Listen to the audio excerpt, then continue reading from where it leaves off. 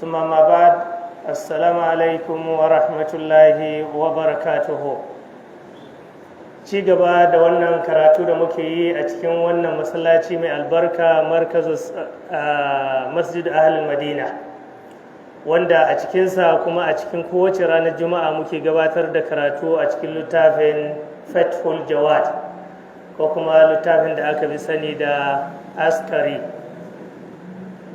To yau ma haka, yau muna asabar 25 ga watan Zulhijja na shekarar hijira 1443, wanda ya daidai da 24 ga watan 7 na shekara ta 2022. Allah ya tara mu a cikin wannan masallacin mai albarka domin ci gaba daga inda muka tsaya. In dai ba manta ba, muna cikin bayanin tsalki ne, babu ne na tsalki shi muke cikin bayani, inda karatu ya tuke da mu a wajen saɓani akan abin da ba kare yi amfani da shi ba, domin nasi ya zo idan kare ya sha ruwa to a wanke abun so 7. To in ba kare ne ba ko kuma in ba ruwa ba ne, a malamai suka yi saɓani, wasu suka ce shi ma kamar hinziri da jaki zai ɗauki hukuncin kare, ko suka ce a'a wannan ya tsaya ga kare ne kawai. To cikin wannan karatun dai za mu ɗora, wala khilafa fi najasati damil masfuh. Malam ya ce muna babu saɓani wajen kasantuwar addamul masfuh, jini na yanka, cewa najasa ne. Babu wanda ya saɓani, jini na yanka idan ya taba mutum zai wanke inda ya taba, sannan ba za a ci shi ba, ba za a sha shi ba. Saboda me? Saboda najasa ne. Wannan kamar yadda yanzu aka samu wasu mutane idan ana yankan dabba sai ga mutum ya tara kwaf, ana yankan ko saniya ko rago ko tunkiya ko wani abu, kawai sai ya tara kwaf sai ya ce wai a bashi ya sha, ba wai cewa ya kai sha zai yi din. To wannan najasa ne yake sha, haramun ne, bayi da kyawu, najasa ne yake sha. Damul masu haramun ne ittifaqan, babu saɓani wajen kasantuwarsa najasa. Ba a cinsa, ba a shansa, ba a sayar da shi, ba a kyauta da shi, ba a komai da shi, sai dai a zubar da shi kawai akan ƙasa. Mun gane ko? To wannan babu saɓani a cikin wannan mas'ala. wal arwas wal abwal wal mani tawabi'un illa an yataghazza al ma'kul bi najasatin fayanjus rawsuhu wa bawluhu la lahma. Mala yace amma su kashi, al'arwas jam'u raus, wato jam'i ne na kashi. Shi kashi kan da Hausa ai baya da jam'i, ko yana da baya da jam'i, amma su raus al'arwas. To shi bauli fa, baul al'abwal, su ga larabci sai a ce abwal, jam'u baul, al'abwal al'abwal, wato bauluka. To shi ma bauli da kashi da mani tawabi'un, hukuncinsu suna bin wannan dabba ɗin. Misali, in na dabbar da ake ci ne, to ba najasa ba ne, suna da tsalki. Amma in dabbar da ba a ci kamar bil'adama, to najasa ne. Maniyin bil'adam najasa ne. Wata wannan akan masabar Imam Malik da kuma masabar Abu Hanifa a wata ruwaya. Duk da yake suna da tafsili cewa mani iza kana raqaban yuksal, amma iza kana yabisan yufrak, haka a Hanaf suke cewa. In mani busasshe ne to za a iya goge shi, amma in ɗanye ne a wanke, tare da malikiya suna cewa ko busasshe ko ɗanye to wankewa ake yi. Su kuma suka rarraba, suka ce in ya bushe saboda ruwaya to sai a goge shi kenan ya isa, ana iya amfani da shi wajen ibada, wajen sallah haka misali, ko dawafi ko wani abu, wannan sutura ɗin. mun gane ko illa an yataghazza al-ma'kul bi najasa, sai dai in wannan abun da ake ci yana cin abinci irin na najasa kamar me shine suke ba da misali su da larabci suna cewa aljallala, dabbar da aibinta ya kai ga tana iya cin najasa shine muke ba da misali kamar kaza. To kaza in tana cin najasa kashinta da fitsarinta najasa ne, amma lalahama banda nama shi ba najasa ba, ana iya cin namanta saboda akwai taciya ta musamman wadda ubangiji yake bayar da umarni na alkawun a cikin jikin sai a tace komi da komi, saboda haka abun bai shahi namanta ba. Namanta ana iya cinsa, wato akwai multiple process da ake bi in dabba ta ci abinci, a tace wannan har ya zama jini, ya zama wane ne, wancan ya zama kashi, wannan ya zama fitsari, to ba zai shahi naman ba. sau da haka za a iya cin naman ko da babbar dabba ce ko karama dabba ce, duk ana iya cin naman babu illa. wa fi labanihi wa baydihi wa ramadin najasa wal mustahjar min al khamri fi awaniha khilafun. to malai ya kawo wasu abubuwa guda hudu, yace to nonon wannan dabba da take cin najasa ko kuma kwanta da take cin najasa ko kuma ramadin najasa irin ƙurat, kaga wasu ƙabiloli idan suka yi kashi in ya taru sai su tsimi sai a ƙone, ko kuma a tashi a ƙone bolar da ake jefar da kashi da abin haila da famfas da wane ne sai a yi ƙuna. to wannan ramad da yake tashi idan ya shafe ka shaƙe shi, shin ka shaƙi najasa ko kuma najasa ta shafe ka? an yi saɓani, wasu sun ce najasa ne, wasu sun ce a'a ba najasa ba ne, babu illa ko ya shaƙe wannan hayakin ya shaƙe ka ya saba suturarka ba sai ka wanke ba, babu illa. to shine yace khilafun, wato ayi sabani, wasu sun ce najasa wasu sun ce ba najasa ba, amma az-zahir wallahu alam kasantuwarsa ba najasa ba shine rajihi, wato ba najasa ba shine rajihi. mun gane ko? ana cin kwan dabba mai cin najasa, ana shan nononta, ana cin namanta, sannan ramadin najasa kamar yadda ake kuna bola a yanzu, in ta yi yawa sai a ce a kone ta. da akwai bola wurin ana kuna, mutane su yi ta samun damuwa, to wannan bai mai da suturarka ko jikinka ko wurinka najasa, babu illa wannan. وفي الآدم لا خلاف في نجاسة البول والأزرة والدم وشبهه والقيء المتغير عن حال الطعام. كما أشأن متمال يتو أشيب الآدم المستهجر من الخمر من يسألك كينا المستهجر من الخمر شيني بركتو جيد دعكي in giyar mu ta ƙasar hausa ce wadda ake yi da burkutu, to sai ta sandare sai ta koma kamar tuwo. to ana cinta ko ba a cinta? wasu malamai suka ce ana ci, ai ta fita daga haddin giya ta koma tuwo yanzu. giya aka yi niyya amma ta zama tuwo, Allah bai nufa ba, ta sau da haka ana amfani da su. wasu suka ce ba za a ci ba, niyyan nan da aka yi ga abun nan ko ya zama tuwon shi ne a jefar da shi kawai, ba za a yi amfani da shi ba. to shine mustahajar, sawa'un ko namu ko na laraba wanda suke yi na tsime da dabino, shi ma ya zama kamar hajar. yanzu kuna ganin dabino ana kawo wani dabino in ya dan fare sai ga ya koma kamar hajar, kamar duce, ya kama junansa da junansa. to in giya ta zama haka, sabani akan malamai, wasu sun ce ana amfani da shi, wasu sun ce ba amfani da shi. warraji wallahi alam ana amfani da shi saboda ya hita haddin da aka yi niyya da shi. وفي الآدم لا خلاف في نجاسة البول. to amma shi bil adam, shi mutum ɗan adam, shi kan wannan babu saɓani ga cewa baulinsa najasa ne, babu saɓani. wal azra da kuma kashinsa, da baulinsa da kashin mutum duka wannan najasa na, ba wanda ya saɓani.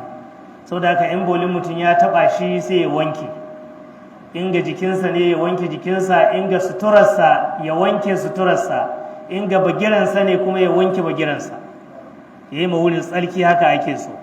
sau da haka sai mu kula sosai, irin mutanen da ka yi fitsari ba ruwa ba komai sai ya kakkaba kawai sai ya sa cikin jikin shi, kuma wani abin ban haushi fitsarin bai ma gama fita ba, wani sai ya ɗaga yana takawa sai fitsarin ya ƙara saukowa kuma ba ruwansa, in ya tashi zuwa wata sallah alwala kawai yake, ko kuma in ya tuna sai ya yi tsalki ga al'aurarsa amma suturar ba zai wanke ba. to wannan duk kurakurai ne.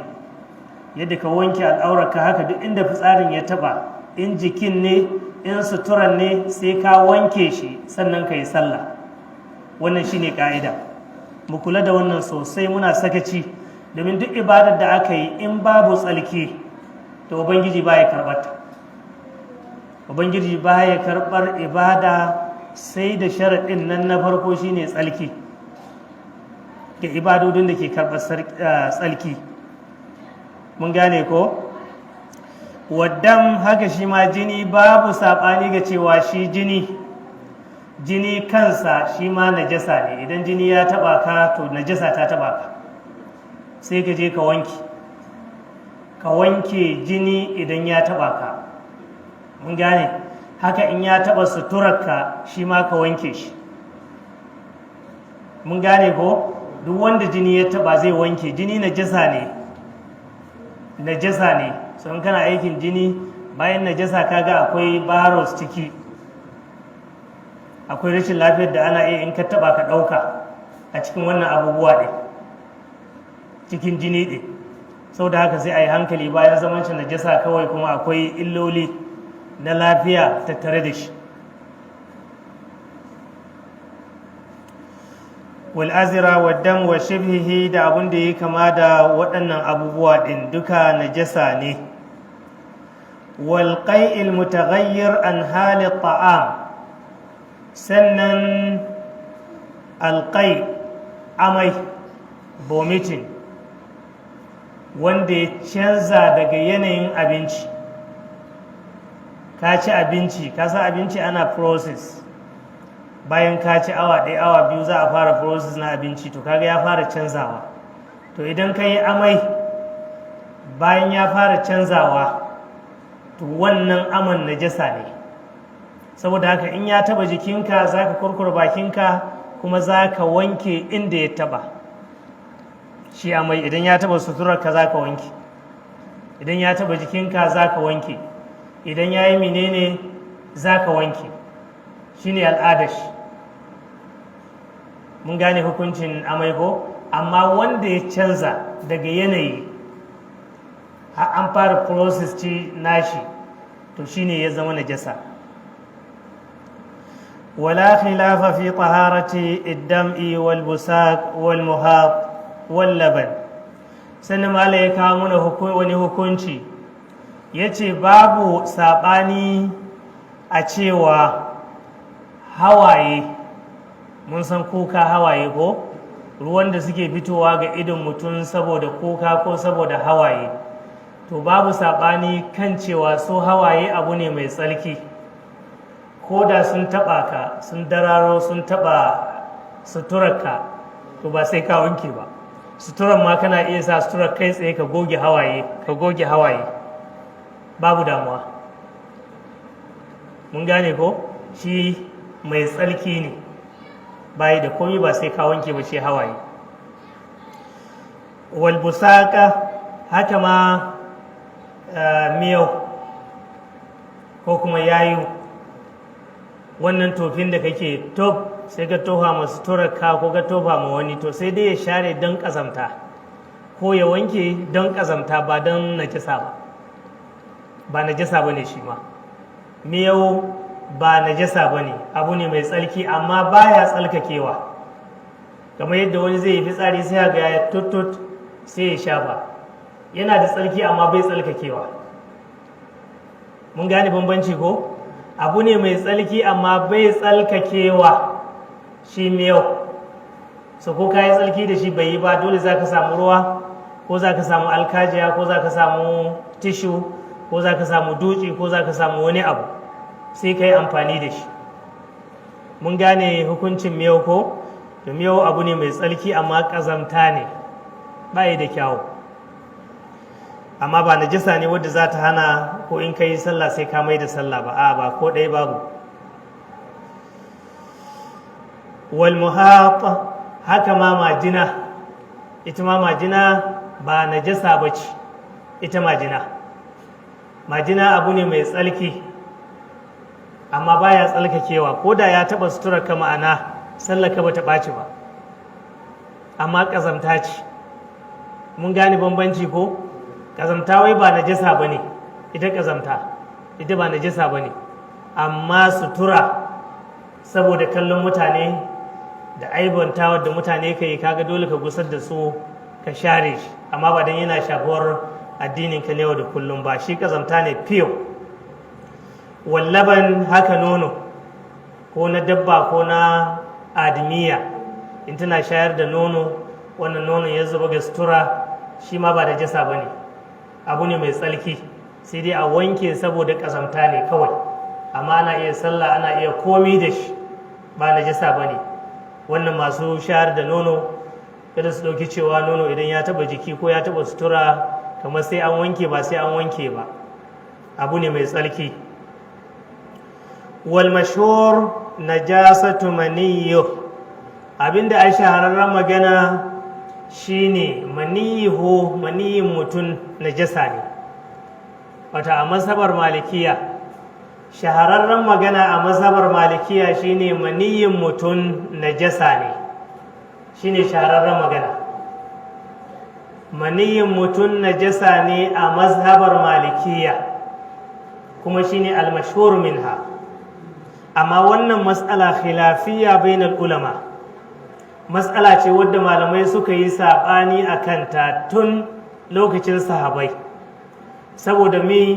saboda hadisin Aisha hadisi ne ingantacce Muslim ya ruwaito Abu Dawud ya ruwaito Nasa'i ya ruwaito Darimi ya ruwaito wannan ruwayar hadisi din cewa Aisha ta ce kuntu afrukuhu min saubin nabi sallallahu alaihi wasallama fayusalli fihi ko kuma ta ce wata ruwaya wala qadara aituni afrukul maniya min saubin nabi sallallahu alaihi wasallama fayusalli fihi wala yaghsilu wata ruwaya kuma ta ce kuntu aghsiluhu wannan ruwayoyin su ne suka sha kai sai malamai suka yi saɓani akan wannan matsala ɗin da kuma wasu hadisai da suka zo wanda ba su inganta ba kamar da aka ce almani kalmuha kamar majina yake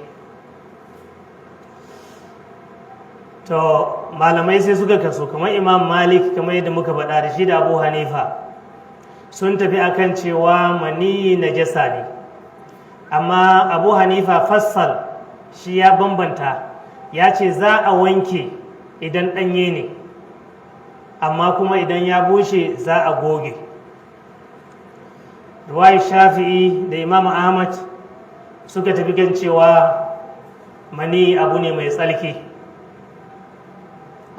tsalki to an yi dalilai da yawa akan kasasuwarsa najasa ko ba najasa ba wasu suna kawo alam na khuliqkum min ma'in mahin menene ma'in mahin mani kenan kuma da ya kharuju min bayna sulbi wat tara'ib min ma'in dafiq mai khuliqa al-insan mimma khuliqa min ma'in dafiq ya kharuju min bayna sulbi wat tara'ib an halitta mutum da mani da kuma mani gashi najasa ne saboda haka suke cewa asalin mutum ai najasa ne to amma hasha Allah subhanahu wata'ala wannan ba ittifaqin malamai bane cewa najasa ne tafsiri ne fassara ce kawai amma ba najasa bane irin kamar yadda aka dauka saboda haka malamai suka fitar da magana cewa mustahabbi ne a wanke amma gogewa ya isa ba sai an wanke shi wankin da aka ce mustahabbi ne amma gogewar da aka ce shi wannan yana isa da ka goge ya isa ba sai ka wanke ba amma za ka wanke saboda tsafta mun gane ba wacewa an kai ba a wankewa ba ko ba kamar yadda wasu ga ɗauka san ba a wankewa ai majina ba kamar yadda muka karanta yanzu majina najasa ce ai mun ce ana wankewa miyau najasa ce ai mun ce ana wankewa ko ba haka to haka shi ma ba najasa bane, mustakzar ne, abu ne wanda ba a son gani, saboda haka sai ka wanke, amma in ka goge kai sallah ya isa. mun gane ko? to wannan shine. wa hal yanjisu bil maut qawlani, to shi kan bil adam idan ya mutu shin ya zama najasa ko yana da tsalki? yanjisu bil maut qawlani, malamai sun yi magana ne. idan mutum ya mutu ya zama najasa kenan, wasu suka ce ya zama najasa, wasu suka ce a'a bai zama najasa ba, karaman nan da Allah ya karamta shi da shi tana nan tare da shi hayyan wa mayyitan, ko yana mace ko yana da rai. saboda haka mutum ba najasa bane, wannan shine arraji, ko da ya mutu kuma. na farkon su ne annabawa, dukansu jikinsu mai tsalki ne, sawa'un suna mace ko suna da rai. to haka mutum shi ma jikinsa mai tsalki ne, yana da rai ko yana matacce. mun gane ko? wannan shine raji. wal misku tahirun, mala yace ga wani abu shi kuma mai tsalki shine turaren almiski. mun san almiski ko? almiski shine wani abu ne kamar ana cewa kashin dabba, wani abu ne jini dabba da yake daskarewa ya taru sai ya fito, kuma process na ubangiji sai a mayar da shi mai kamshi, watan kamar gazal, barewa kenan, kashin barewa kenan. to wannan abu ne mai tsalki, ba najasa bane, duk da yake ya ɗauki sunansa an ce kashin barewa, amma abu ne mai tsalki. balma annabi sallallahu alaihi wasallama yana son miski, turaren miski, kuma yana shafa turaren miski seriously. annabi yana son sa sosai, turaren almiski. almiski abu ne mai tsalki, ana iya shafa, ana iya amfani da shi. wa iza matat faratun wa nahawha fi zaitin aw samnin jamidin wa nahwi turihat wa ma hawlaha wa fi ma'in yanjus. sanan malaika muna wani hukunci, akwai wasu dabbobi da muke raye da su, ba mu iya rayuwa ba da su, ba su iya rayuwa sai da mu, sun ma gagare mu. su ne me? fara, koso. aka ce mutum ya yaƙi koson gidansa yanzu, an ba shi aiki. an yi ta kawo chemicals, maganuka daban-daban, amma koso ya ƙi mutuwa har yanzu. me yasa bai mutuwa? haihuwar shi ake yi? ai ya kamata shi wannan chemical yana kashe ɗaruruwansu, sai ya girgije. wayo gare shi na ƙarshe. a yanzu ya bacci abincin ma, wanda ake cewa bom ne a buɗe kuma bai iya kashe shi yanzu. to wannan kosun da muke mu'amala da shi dare da rana, dole mu san hukunce-hukuncen zamanmu da shi.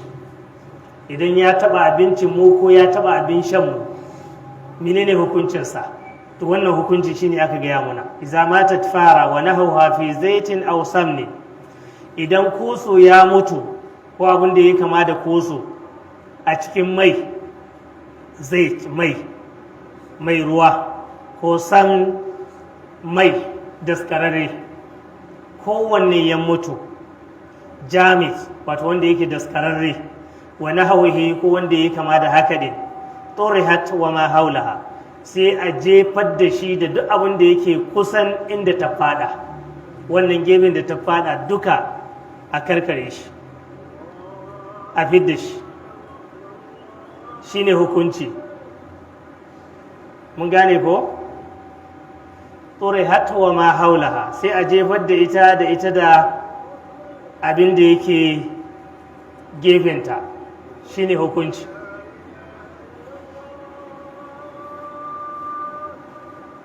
da ita da abin da yake gefenta sai a fidda shi.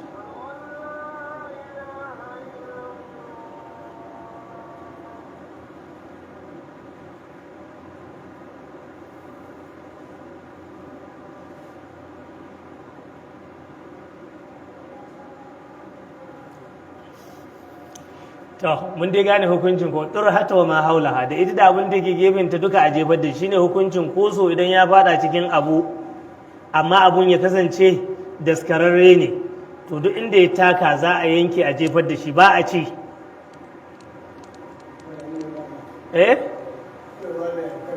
shi kenan sai a zubar da su gabaɗinsu sai dai za ka yi amfani na al'ada da su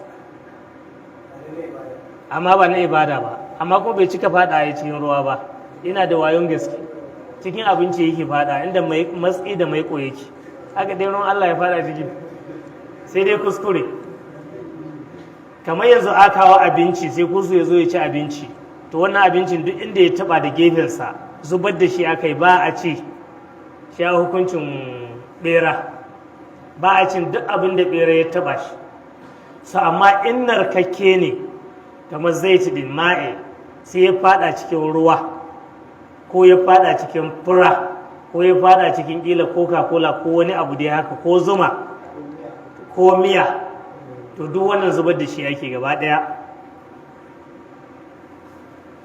mun gane hukuncin kusu hadari ne ba dabba kwarai bace ko da muke wasa da ita a cikin gidaje tana da hukunci mai tsauri sosai a addinanci duk abin da ta taba ba za a yi amfani da shi ba za a ci ba za a zubar da shi inda ya ta abin nan inda watery ne abu na ruwa ne inda ruwa ne ruwa ne to duk zubar da shi ake kamar miya kamar mai narkake da sauran abubuwan ruwa fura da sauransu duk zubarwa ake ba za a yi amfani da shi ba amma inda skararre ne to sai a yanke iya inda ya taba sai a jefar saura sai a yi amfani da shi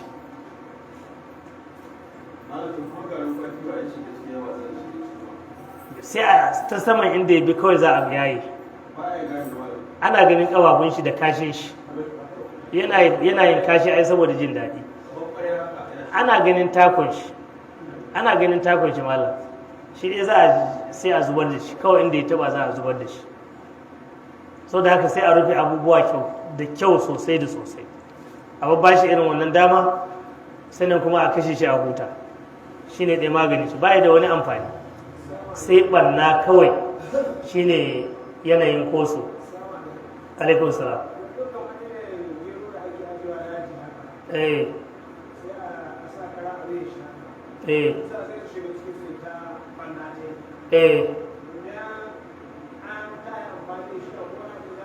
wani ya ce kamar to irin dame da ake ajiya ko a rufewa ko a daji to kusu yana iya shiga to ai wannan kamin a yi amfani da shi kuma akwai process sai an sussuke sai an dake sai an yi dussa sai an wanke shi sai an kai injin sai an dafa shi duk wannan sun tafi da taɓe-taɓen da yi sun gushe akwai process sosai kamin ya zama abinci so wannan bai da damuwa mun gane ko alaikun wasu ba ka wani mafi ƙarshen shi ko muke wafi mayin yanjis amma in ma'i ne to ya zama na jasa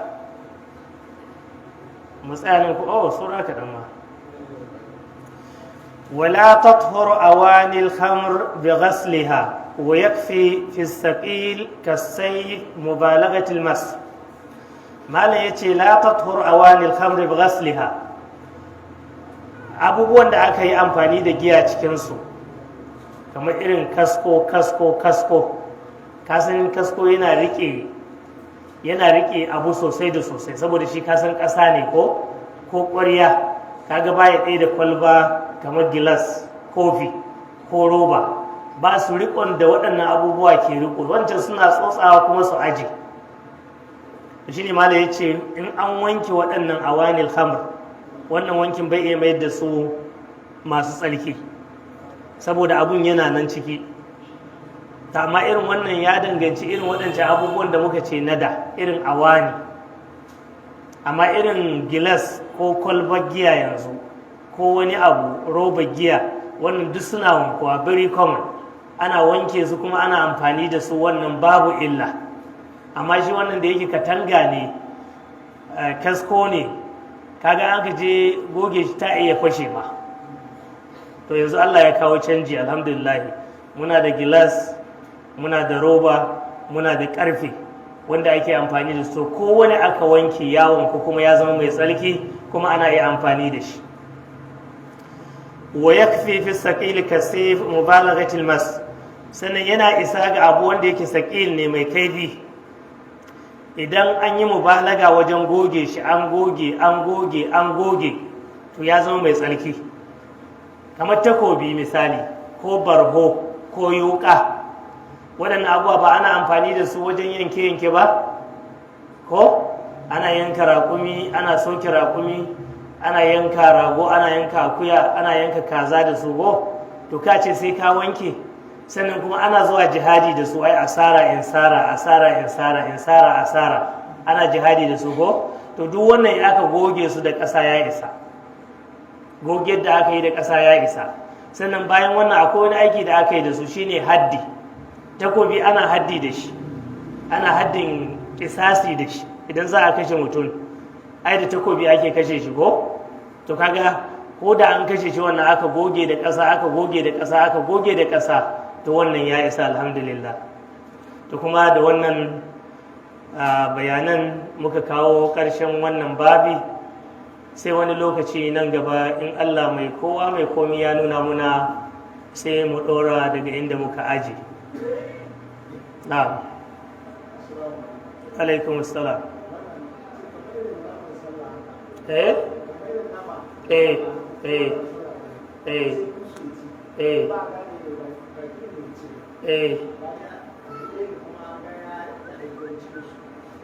Wani ya tambaya ce naman layya ko su ya shiga ciki, to kuma ba a gane ba, yaya za a yi? In ba a gane ba shikenan, babu wani hukunci. Amma an gane ne to yake da hukunci, iya inda ya taba sai a jaye wuri, sai a zubar da shi. Ta amma yanzu muna cikin halin kaka muke, talauci da wahala da fatara ta yi yawa, har motsa baci ake yi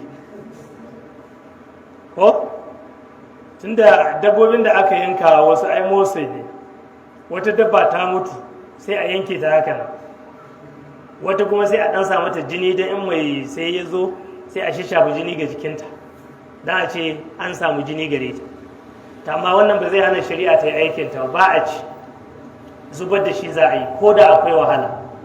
Amma in wahalar tafiya ce to wannan babu illa, ana iya a ci kuma a yi guzuri.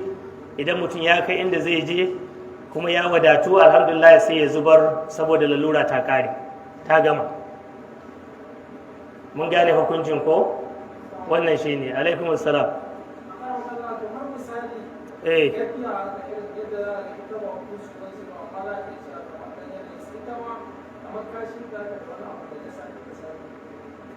Gafiya ai kusu ne ko?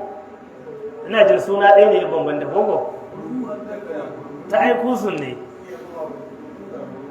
Tika jinsi ɗaya ne, da alkama da shinkafa da menene ai jinsi guda ne. Duka jinsi guda ne, duka brand guda ne, wannan abubuwa ɗin duk family ɗaya ne. To duka abinda a hukuncin kusun bera shine hukuncinsu. So za a kakkaɓe wurin, za a jaya wurin in abinci ne. In wuri ne kawai tunda busashe ne kawai za a share wurin, shikenan ya isa, ba za a wanke ba. Shi sharewa ɗaya za a yi saboda wannan kashin nasu kaga busashe ne, jaye shi kawai za a yi. Na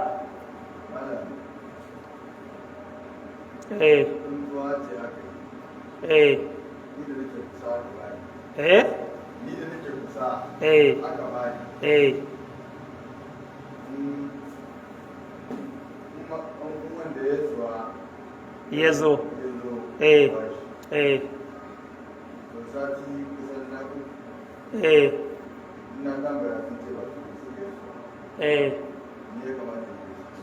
wani ya tambaya ce an yi tsintuwa aka ba shi ajiya, tsammanin komai ita zai biyo ya tambaya a maida mai shi, to amma ga shi kusan sati 3 yanzu mai shin bai zo ba, to ya zai? Abinda ya kamata ka ƙara jira, ko kuma a sanar cewa wa abu ne kaza ya bata, ba tare da ba da sifa wadda wani dan fuwan nayin zai ce nashi ne ba, ko ba haka ba. In an jira ba a gani ba sai a yi mishi sarka da shi, amma in ya zo ya nemi a biya kuma wanda ya sarka shi zai biya, ka'ida ce. Amma dan jira ɗin a dan jira. kamar mutum ne kana wani bashi eh ya kare eh ya ce ka yi mishi ya yawo wani ya ce ya yi tambaya ce har yanzu mutum ne ina bin shi bashi dama kuma ya rasu to idan na ce na yafe mishi shikenan abun ya sauka daga kansa kwarai kuwa da zaran ka haƙƙinka ne da zaran ka yafe a ce Allah haƙƙina da yake wurin wane na kaza Allah na bari na yafe mai shikenan wannan nauyin ya sauka a kansa ai ba yafe misi ba ko wani ke biyarsa bashin sai ka biya masa wannan haƙƙi ya sauka a kan shi ka gane ko to waɗanda duk abubuwa ne na taimako mu taimaka ma junanmu mu zanka yafiya in babu abu fa in kana zo usratin fa nazratun ila maisara in babu kuma to sai a yafi annabi sallallahu alaihi wasallam a lokacin sa yana cewa man taraka dainan au biya'an fa alayya wa ilayya wanda ya bar bashi ko ya bar wani abu mai nauyi to a zo wurina ni zan dauke musu daga aka samu wani wanda yake dauke wa mutane alhamdulillah ya taimaka ya yafiya mutane na'am alaikum assalam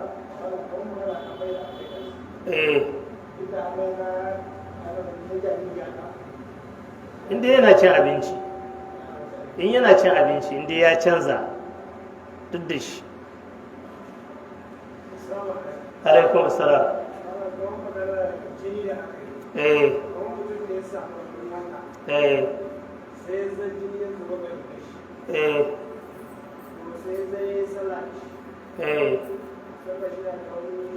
wani ya tambaya ya ce idan mutum ya samu rauni da yake an yi bayanin jini cewa najasa ne to an yi mai aiki kuma sai ya sallah da riga haka in ba lokaci sallar da ya yi ta yi amma zuwa ta gaba sai ya share abin inda yana da ƙarfi yana da iko in kuma rashin lafiya ya kai bai iya komi sai ya sallah da shi haka din babu komi haka umar ibn al-khattab yayi lokacin da aka sare shi ko aka soke shi haka yi sallah da suturarsa wa damuhu wa jasduhu yasqubu daman jini na zuba ga jikinsa haka yake sallah to wannan uzuri ne kuma lalura ne babu illa irin wannan yanayi mutum ya yi sallah da jinin jikinsa babu damuwa alaikum salam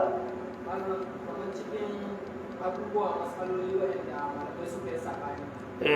Mutum yana iya misali yau in abu ya kama ka tafi yau ga masahaba gobe kuma in wani ya sake kama ka sake canza ana iya haka. Wani ya tambaya ya ce irin matsalolin da ake cewa malamai sun yi saɓani to tana yiwa ko ya halatta yau in kana da wata matsala wadda ta fi sauƙi ƙila cikin waccan masahaba sai ka bi gobe ka bi wata masaba ko ba zai yi ba to nan abin da ake lura da shi dalili ba saɓanin ba wa ya fi ƙarfi dalili ko da an yi saɓani to dalilin shi ake bi in dalilin yana da ƙarfi babu illa in ka bi wannan yau ka bi wancan gobe dalili dai shi mutum zai bi in dalili ingantacce ne kuma mai ƙarfi ne alhamdulillah sai ka bi ko da wajen masabar ka yake sai ka yi amfani da shi dama dalili shine hujja sabani ba hujja bane mun gane ko so kana iya biyar dalili inda dalili ya inganta kuma haka abun yake kana iya biyar dalili ko da wajen masarar ka ne babu illa kuma wannan shine sunna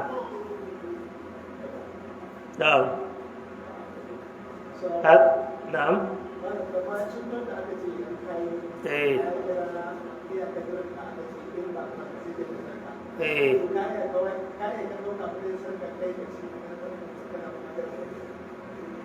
to amma in yazo za ka biya shi amma kai kana cikin masu cin sarka to in mutum yana cikin masu cin sarka shikenan sai mai sarka da shi ga kansa amma duk lokacin da yazo za a biya shi saboda ma baina labatai ha rajul aftar minni wani yazo yayi wannan cikin azumi ya sawa da iyalin cikin azumi aka je yi kafara azumi 60 ya ce wanda ya kasa azumi 30 yana yake yin 60 aka ce ce yadda miskini 60 ya ce bai da komi shi ma talaka ne annabi sallallahu alaihi wasallam ya sa aka samu taimako aka bashi aka ce je ba da miskini sai ce ai ba wanda ya hijira zama miskini fakiri annabi sallallahu alaihi wasallam ayi dariya je ka dauka dole aka bar mishi to in haka mutum yana da wannan ne babu illa sai ya ci halat malat babu damuwa sai ka biya shi biya za ka yi sai ya bi ka bashi mana to wannan shi ne wani ya tambaya very important question wani ya tambaya sallah gaban liman ta halatta ko bata halatta ba sallah gaban liman bai halatta ba a sallah gaban liman mai koyi da mutum bayansa yake zuwa ko kuma daidai da shi amma gaban shi ba a sallah babu sallah ga mai sallah gaban liman sai dai ya dawo bayan shi ko kuma ya sahu da liman wannan duk ya halatta amma gabansa ba a sallah gabansa so wannan yana faruwa a masallatayin jama'a da yawa suna sallah gaban salloli gaban limamai ba a yin haka ne mutum zai bata addinin sa zai bata sallarsa saboda haka a dawo bayan liman ko kuma a je da sahu da liman shine ka'ida ta shari'a musulunci هذا وسبحانك اللهم وبحمدك أشهد أن لا إله إلا أنت أستغفرك وأتوب إليك وصل اللهم وسلم وبارك وأنعم وأكرم على نبينا ورسولنا محمد وعلى آله وصحبه وأن معهم برحمتك يا أرحم الراحمين السلام عليكم ورحمة الله